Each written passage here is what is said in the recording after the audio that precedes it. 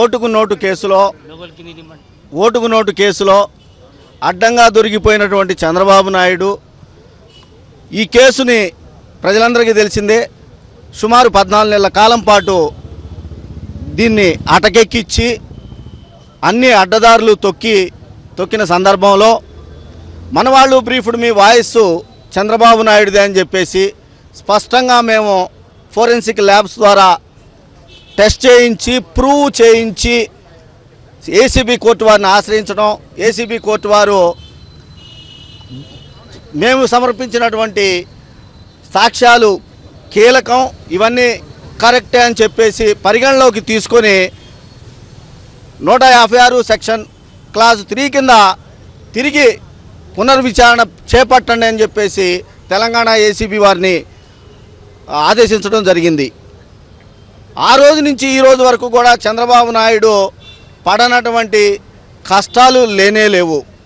ఎలా చేయాలి, ఎవరిని మేనేజ్ చేసుకోవాలి, ఎలా ఈ కేసులో నుంచి బయటపడాలి, ఎందుకు ఇవన్నీ కూడా మేము చేయాల్సి వచ్చింది అని అంటే ఆంధ్ర రాష్ట్రానికి రావాల్సినటువంటి ప్రత్యేక హోదాని ఆనాడు యూపీఏ గవర్నమెంట్ క్యాబినెట్లో తీర్మానం చేసినటువంటి మా హక్కుని చంద్రబాబు నాయుడు ఓటుకు నోటు కేసులో అడ్డంగా దొరికిపోయి మరి దాన్ని అడగలేనటువంటి పరిస్థితుల్లో కూడా మమ్మల్ని నెట్టేశాడు.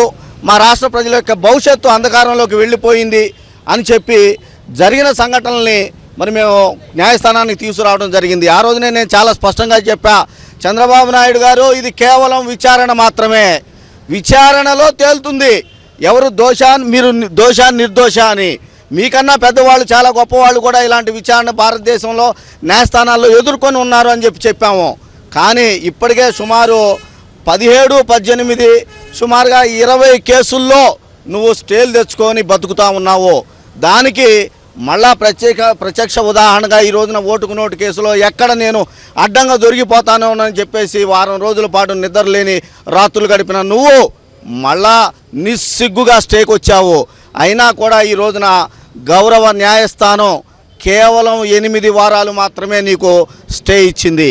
ఈ 8 వారాల్లో కూడా మేము ఆగం. ఈ రాష్ట్ర ప్రజలు, ఉభయ రాష్ట్ర ప్రజలందరికీ కూడా తెలిసిపోయింది నువ్వు దొంగవి, నువ్వు దొరికిపోయావు, మన వాళ్ళు బ్రీఫ్డ్ మీ వాయిస్ నీదేనని చెప్పి స్పష్టంగా మేము అందించిన సాక్ష్యాధారాలతో ఈ 8 వారాల పాటు కూడా మేము మా రాష్ట్ర ప్రజల యొక్క భవిష్యత్తుని నీలాగా తాకట్టు పెట్టం. ఖచ్చితంగా సుప్రీంకోర్టుని ఆశ్రయిస్తాము. సోమవారం నాడే అక్కడైనా సరే నీకు ఈ న్యాయస్థానం ఇచ్చినటువంటి 8 వారాల స్టేని ఆపమని చెప్పేసి మళ్ళా మేము సుప్రీంకోర్టుని ఆశ్రయిస్తాం, ప్రాధాయపడతాం. మాకు ఖచ్చితంగా అక్కడైనా కూడా న్యాయం దొరుకుద్దని మేము అనుకుంటా ఉన్నాం. మళ్ళా గుర్తుంచుకోండి, కేవలం నీకు స్టే ఇచ్చింది 8 వారాలు మాత్రమే. మళ్ళా మమ్మల్ని కౌంటర్ దాఖలు చేయమని చెప్పారు. మేము సుప్రీంకోర్టుని దీని మీద ఆశ్రయిస్తాం.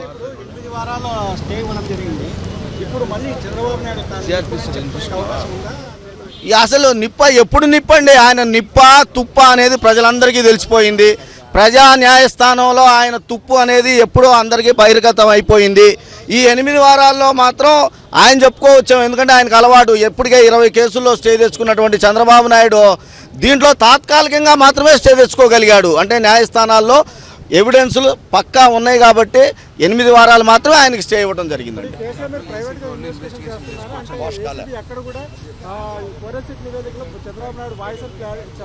ఇప్పుడు ఏమండి, ప్రైవేట్గా మాకు హక్కు ఉంది ఏది కేసు వేయటానికి అనేది పరిగణలోకి తీసుకున్న న్యాయస్థానమే మాకు చెప్పింది. సో ఇప్పుడు ఏసీబీని మీరు విచారణ చేయండి అని చెప్పేసి ఆదేశించింది. సో విచారణ అనేది ఏసీబీ చేయాలి, ఏసీబీ చేస్తుంది, తెలంగాణ ఏసీబీ.